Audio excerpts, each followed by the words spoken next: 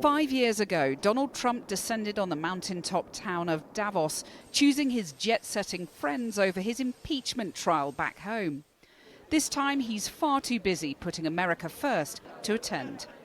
Donald Trump might not be here, but he's at the heart of almost every conversation, transfixing the corporate elite from more than 4,000 miles away. All week, there have been rumours that he and his sidekick, Elon Musk, might jet in after all. But even a virtual conversation with the reminted American president still drew the crowds. He began with a boast about the last few days. What the world has witnessed in the past 72 hours is nothing less than a revolution of common sense. Before warming to his theme. If you don't make your product in America, which is your prerogative, then very simply you will have to pay a tariff, differing amounts, but a tariff which will direct hundreds of billions of dollars and even trillions of dollars into our treasury. So far, so familiar, but his intervention on a peace deal in Ukraine grabbed the attention. Hopefully China can help us stop the war with, in particular, Russia-Ukraine. They have a great deal of power over that situation. What do you make of that? Wow. Fascinating focus on Russia. I love him. I know you don't. No, just tell me why. Because I think we need a new world order. I think people are beginning to want change. Davos delegates like to claim they're here to try and improve the state of the world. In 2020, Greta Thunberg was here to hold Donald Trump's feet to the fire. Is Greta right on climate change, Mr. President? Well, I'm a big believer in the environment. The environment to me is very important. Thank you. But things have moved on. There's no sign of Greta. And after serving notice on the Paris Climate Agreement, today Trump vowed to bring down the cost of Saudi oil and doubled down on his anti-environmental rhetoric. I terminated the ridiculous and incredibly wasteful Green New Deal. I call it the Green New Scam. Withdrew from the one-sided Paris Climate Accord and ended the insane and costly electric vehicle mandate. The president's correct. There's an energy emergency. But that emergency is not drill, baby, drill. It's build, baby, build. I think that's the biggest challenge. So it's clean energy. And we have to reduce emissions. The science tells us that. So I think that, it's really important now to accelerate the transition. And that's what we're here working on. But do you have any hope that he'll listen to you? I think it's a mistake not to be staying super engaged in this because it's a multilateral challenge. You need other nations. No country can solve this by itself. And You haven't given up on him, though? I haven't given up on anything. I wouldn't be here. Thanks very much, Mr. Kerry. Thank you. Governor, has Donald Trump trashed your legacy in 24 hours?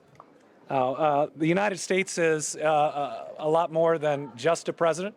You look at the importance of governors, the importance of Congress. I love my country. My country will continue to do good things. We may disagree on certain areas, but I look forward to working with the president on the things where we can't agree, and where he does things that harm my state, I will stand up to him. Are you going to hold his feet to the fire on climate change? Well, when you look at sustainability, it's being driven by the private sector. Sustainability will continue in the United States not because of federal policy, but because of demands from the businesses. Right. Thank you. So it's in his economic self-interest? It's in all of our economic self-interest. A former British Foreign Secretary has a more uncompromising message.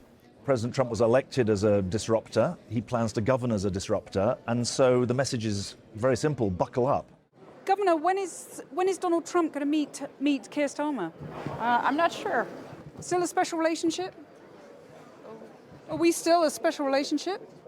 A few European leaders took time out from their own political struggles to debate strategy here this week, but most didn't stay long. Cellist Yo-Yo Ma played out the gathering, a rare note of harmony in a world of discord.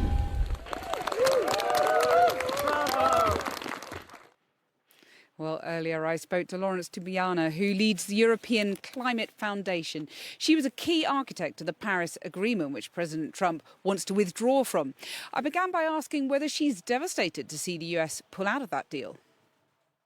Well, I'm not devastated, as you see. I'm pretty calm.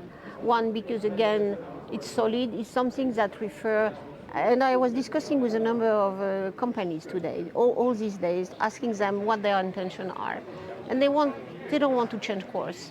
But I see, looking at, I don't know, South Africa or Brazil or China, that many countries have embarked on this transition. So, But without US leadership? I don't think, US have been in and out of many environmental agreements. Doesn't prevent countries and the global community to continue. So I think there is a certain stability there. And of course, Europe is an anchor of that as well. But you see, again, China or Brazil this year would be anchors as well. So There are new leaders in the climate change world. There are many leaders now, Right. and not only governments, but companies. There are companies that are doing extremely well. So you're not downcast at all? Keep calm, as you say in Keep UK, calm and carry on. Keep calm and carry on. Is it more damaging than the drill, baby, drill policy? Is that actually more damaging than the US pulling out of the climate change agreement? Yes, of course, because you have not only, of course, the production of methane, which, as you know, a lot of oil and gas is now out of fracking. Fracking creates a lot of methane emissions, which are really a powerful forcing mechanism for global warming. So I don't think US will be protected from what is happening from the climate damage point of view. We see that North Carolina, Florida, and California yeah. almost every year.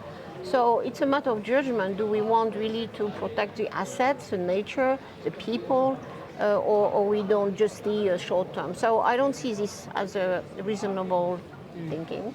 You see also the UK government talking about prioritising economic growth over some of their net zero policies.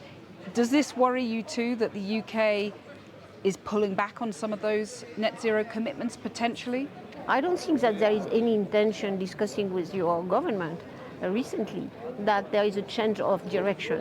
That you have You don't think they're going to prioritise economic growth over green policies? Growth can go hand in hand, because you look at the renewable energy sector, for example, it has created many, many more jobs, whether in Europe, whether in Asia, than the fossil fuel sector.